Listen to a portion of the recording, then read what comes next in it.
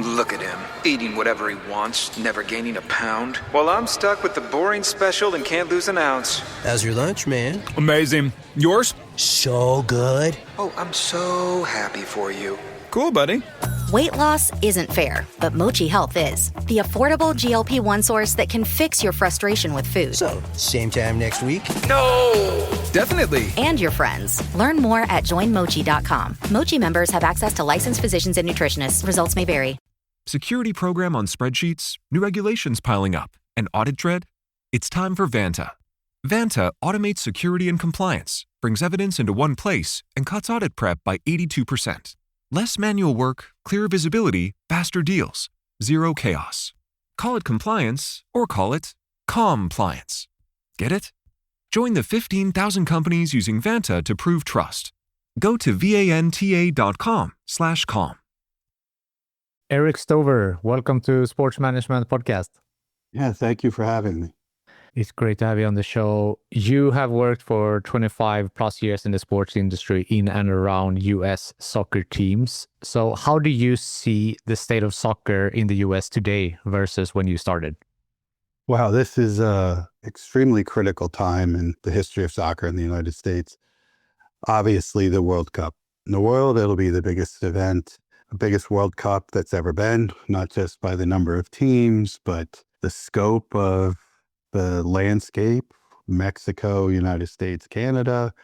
It's just a huge, huge tournament, loads of money, a lot of political issues going on across the planet at this time.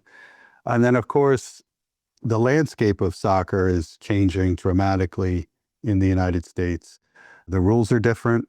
There's opportunity now for folks that didn't have it in the past. So 2026 arguably will be the most important year in the history of soccer in the United States.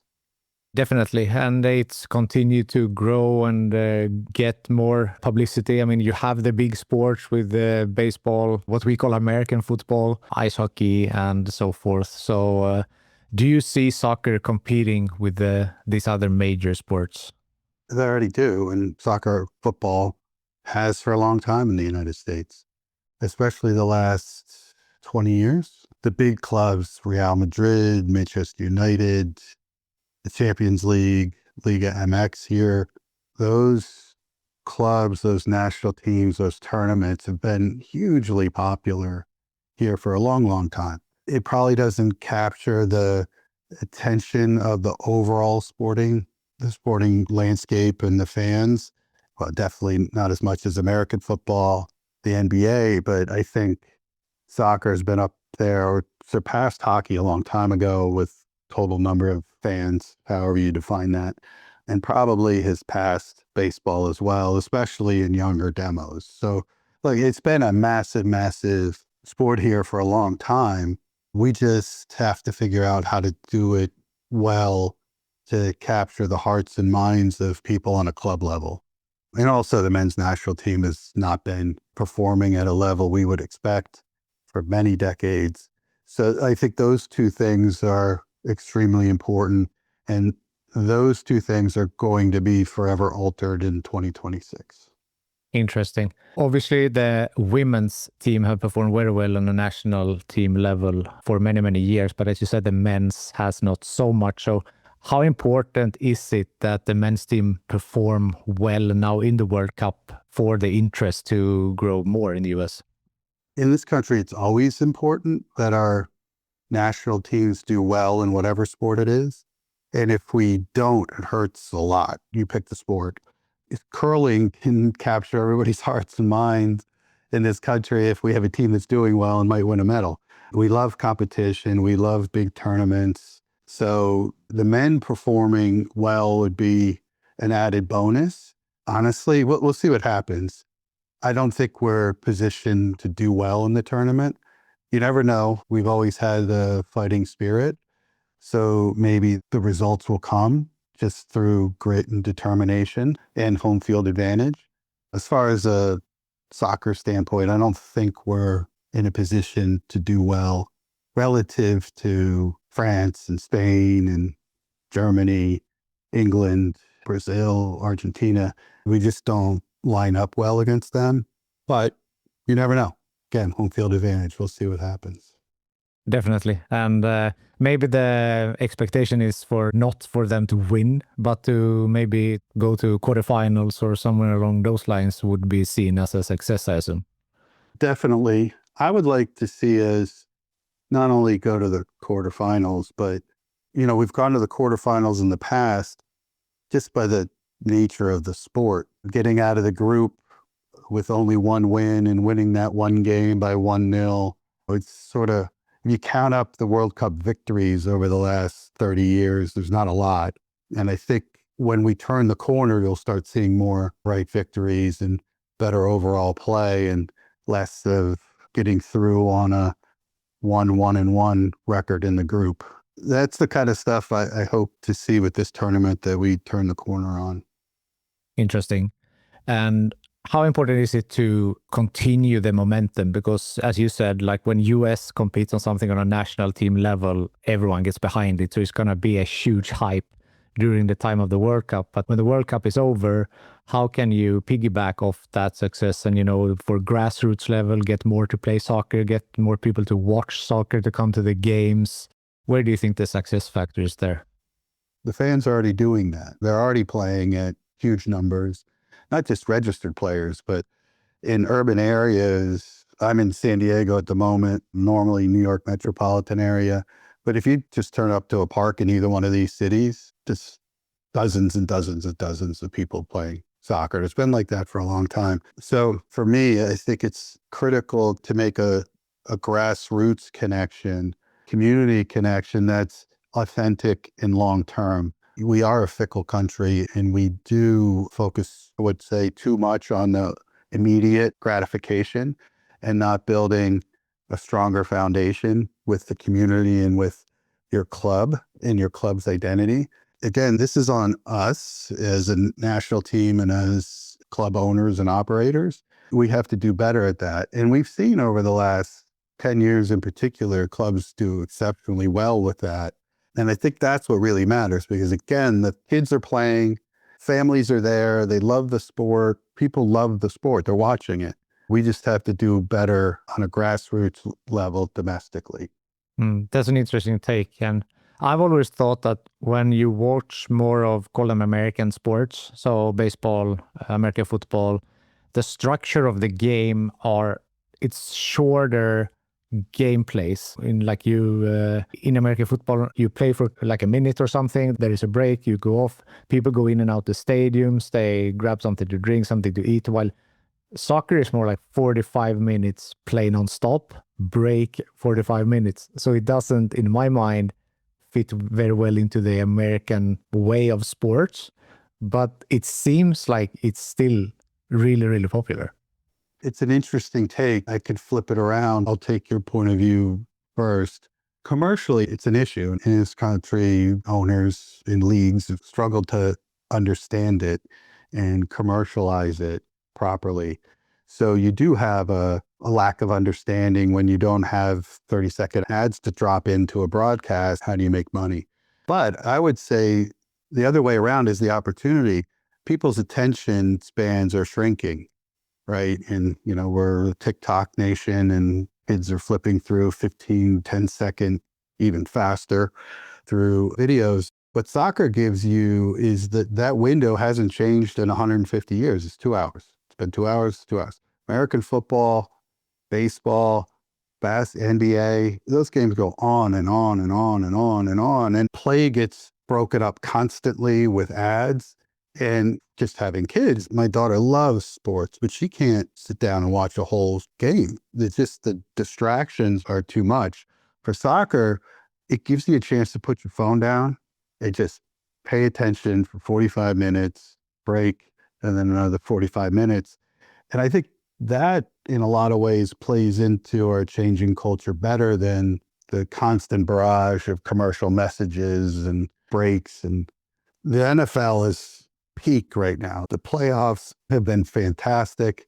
It's hard to imagine there a time where that ever gets supplanted. It's just a great product all around. But I do think soccer has its space. And if we look at it in the right way, we'll continue to improve. Interesting. And if we dive into your work, what you do now, you are the CEO of New York Cosmos. So can you tell us a little bit about the team and the league that you're playing? Yes, we're the Cosmos. The provenance, the ownership of the Cosmos over the last 50 years is clear. We know who's owned it all the way through. It is a very American soccer story, though. The ups and downs, the leagues folding, the lawsuits, all very much American sport and American soccer.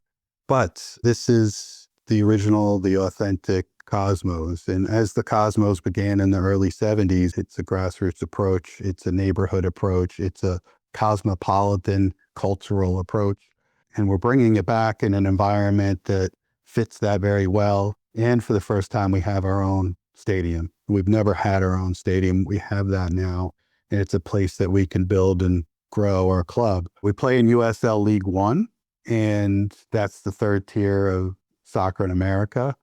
But it's like the World Cup coming, like having a stadium. It's a unique moment in time. All these things are coming together at the same time it's a game changer for us. And that's USL is going to introduce promotion or relegation in American sport for the first time ever, professional American sport.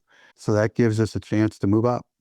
And the USL will be very likely launching a first division league. So a league that's sanctioned the same as MLS.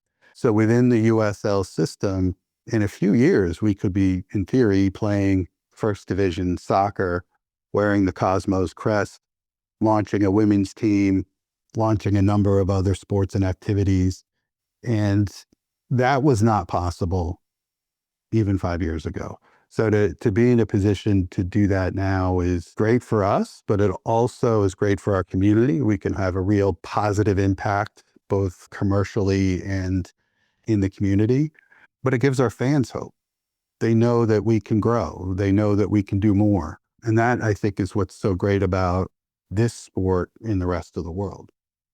Exactly. And the promotion relegation part is so important. And it's been obviously in Europe for a long time. But as you said, that gives clubs something to strive towards. You have belief that you can get higher. And then, as you said, then expand your club to have a bigger youth organization, get the women's club going. And that's huge. Yeah. The club concept is something we don't really have here in professional sports, really at all. People used to throw the word around, but not what it actually means. It's a word and not an action. For us, it's words. Our tagline is Community Club Cosmos, but we're also backing that up with our actions every day. And it's really about building a membership where people feel connected 365 days out of the year. It's the organization that they go to for after school programs. It's the organization they go to watch matches, to gather together and watch road matches, and to be introduced to new cultural activities. All of those things are what we're working on every day. And the clubs around the world have done that so well. And having the opportunity to work with clubs like Schalke and Eintracht Frankfurt, you see that true community or member concept.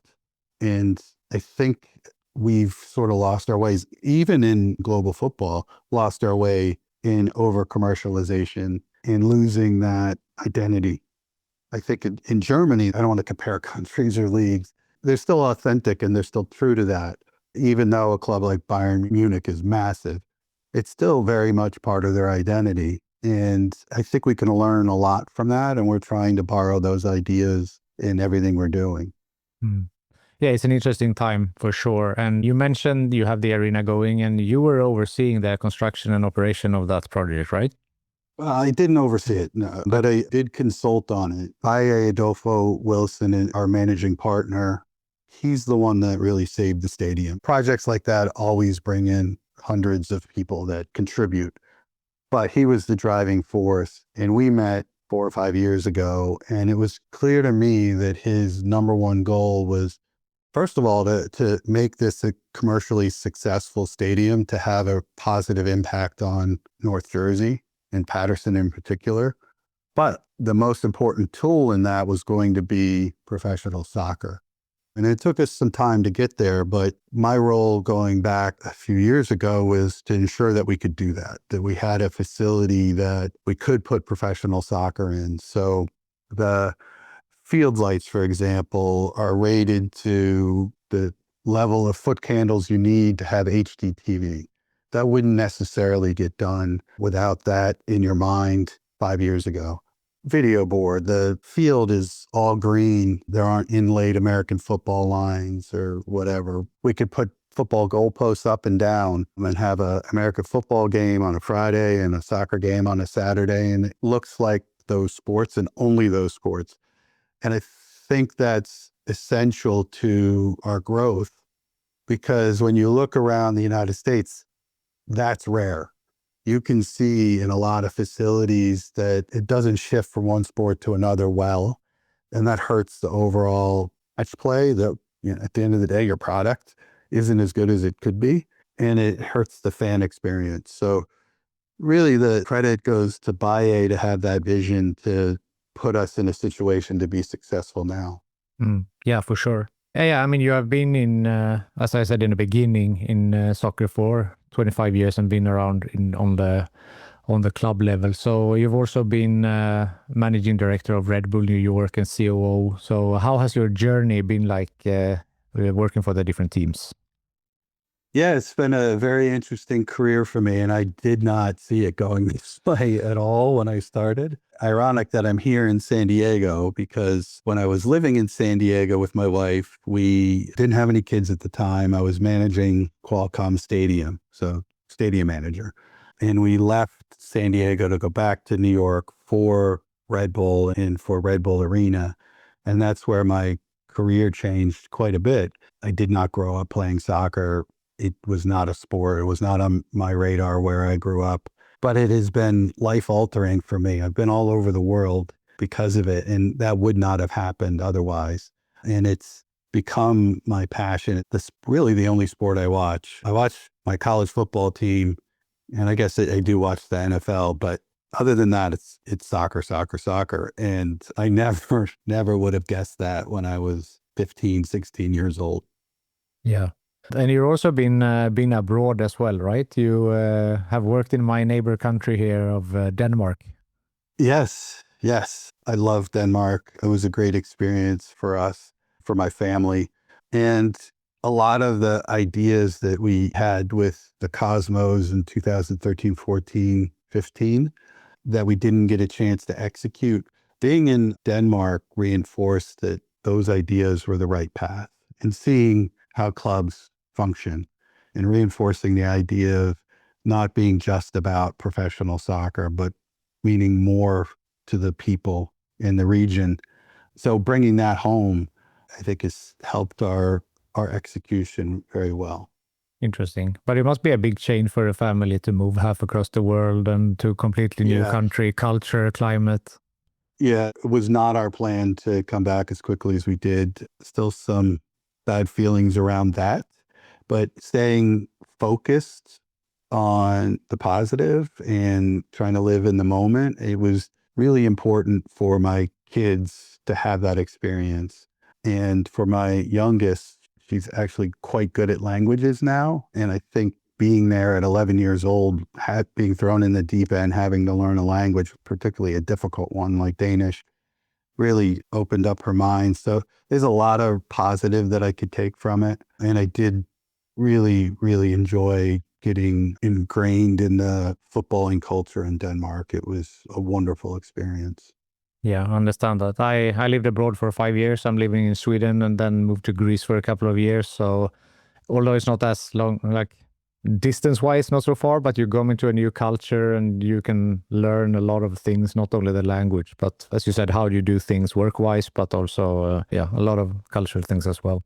And that's what's great about football, right? Is it tells you more than the game. It informs you about cities and history and culture. And Sweden and Greece is very different cultures. And being able to come together for a football match, but then in the process, learn more about other cultures, I think is what's so great about the game, especially for American kids, because we're somewhat isolated and absorbed by our own culture. But to play FIFA on video game and learn about Dubrovnik, Croatia, because you're playing the video game, you wouldn't have that otherwise. So especially for American kids, I think, first of all, they love the sport. You walk around here, and I think it's like this around the globe. The lifestyle of soccer shirts is very much in our culture now. And I think it comes from having that more cosmopolitan look at the world. Yeah. No, definitely. And soccer is such a global sport. I work in ice hockey, and that's, North American sport, Northern Europe, and that's it more or less. Russia. Otherwise, you're having like some basketballs to be a little bit more widespread, but soccer is literally everywhere, every single country. Everywhere. And for many people, I mean, it's cliche and somewhat told tongue in cheek, but it is a religion in many cultures across the country. The identity for someone living in Scotland to be either Celtic or Rangers, I mean, it is as deep as religion, it's Catholic, Protestant. So yeah, I think it's fantastic. And we need more of that perspective, looking at having empathy and looking at things from a different point of view. And I think soccer gives you that. Definitely. And you brought up a great point there when you mentioned Celtic and Rangers. You have said also that US soccer needs more rivalries. That doesn't really exist at the moment. So how are you seeing that? Well, it does exist. So, it's sometimes a headline like that kind of pigeonholes you and people want to argue with you. I know there's rivalries. The passion in the Pacific Northwest between Seattle and Portland is fantastic. And it's among the best in American sport and in global rivalries. So I know it exists. But we also do our sport from a very homogenous perspective, uniform perspective, and not just soccer. A lot of it looks the same and culturally is the same. And the identity and the differences aren't accentuated, they're not highlighted, they're not promoted. And I think we lose a lot in that. You can't manufacture rivalries in my mind. Normally they get developed on the field or on the ice or on the court. It comes from that competition. It was a very important lesson for me when I took over as managing director at the Red Bulls. Ivan Gazidis was the number 2 man at MLS, and I had just taken the job. And he said to me, and I'll never forget it, and I think I've shared this story in the past, but he felt that MLS clubs at that time, of course, it was a long time ago, really had no identity. The only one he pointed to that he felt had an identity was DC United. And now you would say DC United's sort of lost its identity in many ways over the last 10 to 15 years. But that really stuck with me. And when I started to learn more and study the business across the world, I understood what he meant. He went to work as the chief executive at Arsenal. And there's a club that very clearly has its own identity. It knows who it is, and it speaks from that perspective all the time. And so I think that needs to happen more. It is happening. Like I mentioned earlier, there are a lot of clubs, particularly in the USL, that have really defined themselves. They've been club first, not league first. And that works. And I think that's the way we should approach everything. We're trying to do that every day with the Cosmos. We see that as being the right way reinforced over and over again. Yeah. There's been, as we mentioned, a really interesting time in soccer for sure. And there have been some big moments in terms of players. So I think David Beckham was one of the first one coming over from Europe playing in MLS and has done a lot for US soccer after he started playing as well. Obviously, Messi moving over soon. But you have been involved in bringing another international soccer legend over as well, right? Yeah, actually a few. Thierry Henry to Red Bull. And yeah, Thierry's move to MLS was very important for the league at the time. And what Red Bull was doing with the construction of the stadium, I think really changed the trajectory of the league. And having Thierry come over at that same time was very important. And he came over with the right attitude. Like, he really wanted to be part of the American culture and to live in New York City and wanted to help build the team. So that was impressive to see up close. At the Cosmos, we brought over Marco Senna and Raul, a number of other big name players, but I think those two were extremely important. Marcos, for me, learning the sport just by watching him and understanding it better was very important to me. And it's actually informed some of our recruiting process with this team, is knowing how important Marco was to the Cosmos when we were playing in Long Island. And then Raul, too, again, came for the right reasons. We had a really amazing year doing some incredible things. And the more those guys come in and can help you win, I think that's great. I don't like the knock on retirement leagues. Like, I don't think that's fair. If you can bring in a player that helps you win, that's all that matters, really, at the end of the day. If that person also helps you sell shirts and raise awareness, all the better. And Beckham helped the Galaxy win. So did Ibrahimovic, on and on. The culture around Red Bull MetroStars / Red Bull was pretty poor before Thierry got there, and he helped change that. So I think those things are always good. And you can be AC Milan or Manchester United and do those things. As long as it's also about winning, I'm all for it. Yeah, for sure. I agree. And I think it's important what you said, that it's not seen as a retirement league, because all those, as you said, Zlatan and Beckham helped their teams significantly. They had passed their peak. So now with Messi coming over, still arguably the best player in the world when he leaves, that's huge. Yeah, definitely. I think Thierry was still at his peak. He was only 32. He was definitely turning the corner, don't get me wrong, but he was still only 32 and could have easily gone just about anywhere else to play and to start. He was on that Barcelona team that was maybe the best that ever lived and ever existed, and won, 8 trophies in one season. So he was still at his peak. And again, even if a player is at 80% of what they were, I've always argued, if you're an athlete and you're a player, you should play as long as you can, because you get old and fat and hurt and tired fast. And if you can keep that going, you should do that as long as you can. And yeah, the guys we've mentioned have been really, really important to the growth and sustainability of the sport in the U.S. For sure. So how did you make that happen with, let's take Thierry Henry, for example? Is it like picking up the phone, calling the agent, or how does It was so overwhelming for me because I moved back from San Diego to New Jersey to be part of the group that helped build Red Bull Arena. My job was operations, and our managing director resigned rather abruptly after I moved back. And eventually I was promoted into his position. It took a while. It was kind of a soft promotion. It was kind of, let's see how this guy does. And it was a lot in a short amount of time. And the Red Bull, before I got there, was thinking about, okay, who's going to be our designated player when the stadium opens? And Thierry was on that list, near the top of that list. So for me, I was sitting in that big desk a few days, and Darren Dean called, Thierry's agent. We've become friends and have remained friends.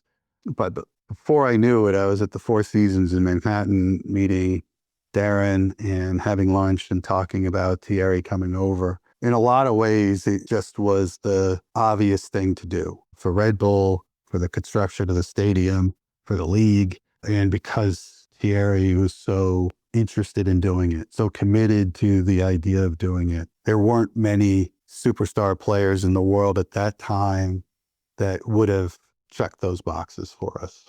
What did he see in playing over in the US? Did he see that he wanted to help develop the game in US? Did he want to win more titles in different leagues? Or what do you think motivated him to come over? Everything. And having spoken to him personally a lot in the process, he had done it at the highest level for a long time. And the pressure of that, I think, was wearing on him. We had lunch one time and he was complaining about how hard it was to play at Barcelona. Again, during the season where they won 8 trophies, if they weren't beating a team 5-0 and they were only winning 2-0, the home crowd would start whistling at them. And when you live your life like that from like 16, 17, and you're in that cauldron, that does wear on you. So he liked the anonymity of New York. That he could go to New York, one of the most famous people in the world, and go to New York City and walk around and not be bothered. So for him personally, that was a big part of it. But he also loves the sport and wanted to be involved and wanted to give back and wanted to give kids and others the opportunities that he had. The growth of the club of Red Bull and everything we're doing was very important to him too.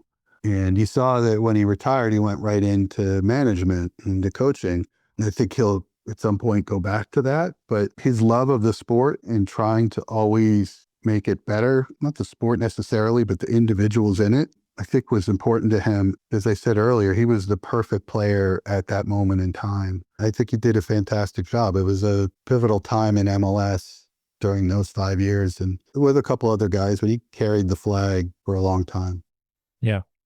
Is it on CBS he is now? He's doing some TV work. Yeah, Champions League, CBS, and their crew is extremely popular here in the United States. I think everybody loves watching the pregame, halftime, postgame, and he's a huge part of it. He has a great sense of humor that people get to see now as a pundit. Maybe he seems so angry as a player, storming up and down the field and trying to rip your heart out. They get to see the other side of him in the studio. Yeah, for sure. These, they all four are great. And one thing that stuck with me when you mentioned here that his love for the game, they asked everyone on the desk there, what would they do if they weren't a footballer? And I think Michael Richards said model, something like that. And Thierry said, if I wasn't a professional footballer, I would be an amateur footballer. Just proving, his love for the game, that even if he wasn't getting paid what he had gotten paid, he would still do the same thing. Yes. Yeah. And I think he will always be fit and always be able to run out and play. And it's clearly deep in his DNA. And it comes out. It would be hard to play for him as a player if he was the manager. He's super intense and super demanding. But yeah, that's why he was such a success. True. So if we bounce back to the Cosmos for a minute, thinking ahead there, we talked about the huge potential for soccer, and now with relegation, promotion, you have the opportunity to move up. Where do you see the short-term and long-term goals for the Cosmos?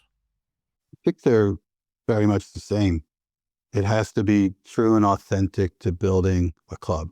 That will give us short-term success. It will also build the foundation for long-term success. We are hyper-focused on these first 5 years in getting all of that built out and doing it the right way. Having our front office be reflective of the community at large, having our roster do the same. That is essential, and that will never change for us. And it was that for us when we were playing in Long Island too. We just, in hindsight, we had little to no chance of long-term success with the way the leagues are structured with U.S. Soccer and Soccer United marketing. But that was a very important learning process to know how important that community engagement is and to stick with it at all times. So that has to be our focus. And then are we true to our word every day on helping the community? Are we doing the things and showing the way for others? That relentless cheerleader to try to make things better is, I think, really important in our culture right now. There's so much negativity. We need to stay focused, be in the moment, and what are we doing today to make things better, make our club better, make lives better for our staff, to give players opportunities that they would not have had otherwise, to be aware of what their goals are, and all of that with the community. If we stay focused on that, I'm certain that the long-term success is there. The last bit is this has to be commercially viable. This is not a charity. It's not a 501c3. We have to be commercially successful. So everything we're doing does have a commercial point of view with it. So building out a membership where people feel loyalty and passion for our club also has a commercial benefit. And then when we're commercially successful, we could put that money back into the club, back into the community, and keep growing it. Those are the 2-3 things that we're focused on. And I think they all work in the short term, intermediate term, and long term. Do you think it's difficult to balance commercial growth with authenticity?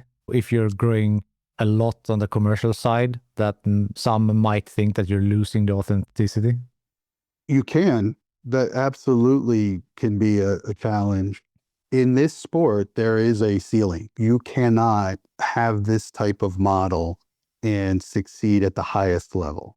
And I'll give you some examples of why I know that's true. I also think we make it harder than we need to. If you keep it simple and stick to those ideals and have an investment group that actually has principles and sticks to what they claim they're about, which is exactly what we have, then I think you can have commercial success up to a point in this sport. Maybe that long term will change in the United States, where you could be the biggest, most successful club in the United States and still make money. But if you look at clubs that are authentic to these ideals, I'll come back to Germany again, because I think that league and those clubs are probably the best mix. But it's very hard for German clubs to, they have the 50+1, they have the membership concept. They could still be profitable, but I don't think you can win Champions League, certainly be a consistent threat if you're making money. Most of the teams that are competing to win the trophy are losing money year over year. I think if they're honest with their books and they opened them up and showed you what's really happening, I don't think the biggest clubs in the world are making money. History has shown that a lot of their operating losses have been written off for one way or another. The Spanish government has bailed out Barcelona and Real Madrid in the past. The banks in Spain have done the same. And now you see organizations like Chelsea, like Manchester City, they can't be making money with the money they're spending on players and how many players they have. And all of that, I believe, is chasing glory and winning a Champions League trophy. That is a long way of saying, I don't know that Dortmund could ever win the Champions League. They can win any one game head to head, but over the course of a year, over the course of 36 games in the league, in the cup, in the Champions League, you just get worn down. You can't compete with clubs that are going 2-3 players deep at world-class levels. It's just too difficult. So I do think that the sport has problems at the top level. I do think there should be some way to rein that in a little bit. It's inherently unfair. Efforts to do it in the past have actually backfired. They've done the opposite. They've forced people that follow the rules to have a ceiling on them, and they've let the teams that don't follow the rules get away with it. So when you have that kind of system, it simply doesn't work. So I'd like to see that change somehow in global football, but I don't see that coming anytime soon. No. And you mentioned City, and they have, Middle Eastern investments and their foreign investments that have helped them to spend this amount of money as well. Yeah, there's a lot of ways to look at City as an example, City Football Group. One way is that they're trying to build and expand their culture, their country, to diversify their investments. And in a lot of ways, you could say that's good. And there's also negatives to that. We all know what those are, been talked about a lot. City Football Group has set out to do what they've done, and they've succeeded at it. And there's been a lot of good that's come from it. I think the people in Manchester will tell you that their investment in Manchester has been massive and has been a huge economic uplift for the city. They've done it with purpose. Some would argue, I would argue, at the expense of football, that where things are now is too far out of line for everybody to compete. That's the way it is. And can FIFA, can UEFA, can all the other confederations come together in a way that helps level the playing field? We'll see. We'll see for sure. I told you before we hit record here, I like to end on a networking question. But before we get there, what's your prediction for the World Cup? I think Spain. The European Championship a couple of years ago was a a statement of intent. They look brilliant. And when you have a player like Yamal, that's just hard to account for. And that group seems to be in their prime. But the regular cast of characters are all going to be there. It's been a bit of a down decade for Brazil. So this might be the time where they surprise people a little bit. The expectations maybe aren't as high as they always are for them. So we'll see. But yeah, for me, it's France, it's Spain, it's Germany. I'm like 80% German, so that's who I support. So I'm hoping that Germans have been down a little bit as their generation got older and they struggled to transition. I hope they have a good tournament. And what about the US? Well, I think they have to get out of the group. With the expansion of this tournament, it's made the groups so easy for the big countries. There is no group of death. There's not a group that has 3 realistic quarterfinalists in it. So they have to get out of the group. And they have enough talent to win on a day, any given day, and go further than that. I don't see them as having a realistic chance of going to the final 8 or certainly the last 4. But you never know. That's what's beautiful about this sport. Every goal is so massive. So it could just, out of nothing, totally turn the game on its head. So that's what makes it beautiful. Definitely. I mentioned I lived in Greece for a few years, and they won the Euro in 2004. And I don't think that if you would have bet that before, you would probably make a pretty good bargain. Yeah, and Denmark won the European Championship too in similar fashion. They backed in or some national team got replaced, but you never know. And that's what this sport gives you is, you could be throttling someone and it'd still be 0-0 and then smash and grab and you're going home and the other team goes through. So yeah, we'll see. And I think it's going to be interesting to see the stadiums in different countries and how that vibe feels. I think playing in Mexico and Azteca is going to be very different than playing at MetLife Stadium. So it's going to be interesting. For sure, I will follow it in very much as well. So back to the final question. Who from your network do you think would be a good guest on this show? You know what? I can't give you a name, but what's happening in Boise is really fascinating to me in the USL. I don't know if you've seen this, but no, I haven't. They're expansion team in USL League One. So they're coming in as we are. They've had a little more of a runway to get things going in Boise, but they're absolutely crushing it. I don't know. I think they're sold out for the entire season already. And interestingly enough, they're going to be in San Diego here at the same time at the same facility with us. So I'll get to know some of them this week, hopefully. I think that's a really unique story. It's not a part of the United States that anyone would have put professional soccer on the map 20 years ago and say this is a hotbed for success. But those in the know, there were a lot of pieces there to make it work. Particularly, I believe, I might get this wrong, so hopefully people don't write into you and complain, but I believe there's a lot of Spaniards that live in Boise from the Basque region. So that subculture is very strong around football. And so in some ways, it made a whole lot of sense for a team to be successful there. But yeah, I don't know those things for sure. So I'd love to hear, if you get somebody on, I'll definitely listen to the pod so I can hear how they made this work. Yeah, that's a really interesting one. Thank you for that. Erik, thank you so much for taking the time to join Sports Management Podcast. Thank you, Marcus. I enjoyed it. Thank you for listening to the Sports Management Podcast. Please hit the follow or subscribe button on your podcast app so you don't miss out on any upcoming episodes. If you want to get in contact with me, send an email to sportsmpodcast@gmail.com, connect with me on LinkedIn, or follow the podcast on Instagram, X, and Facebook @SportsM Podcast.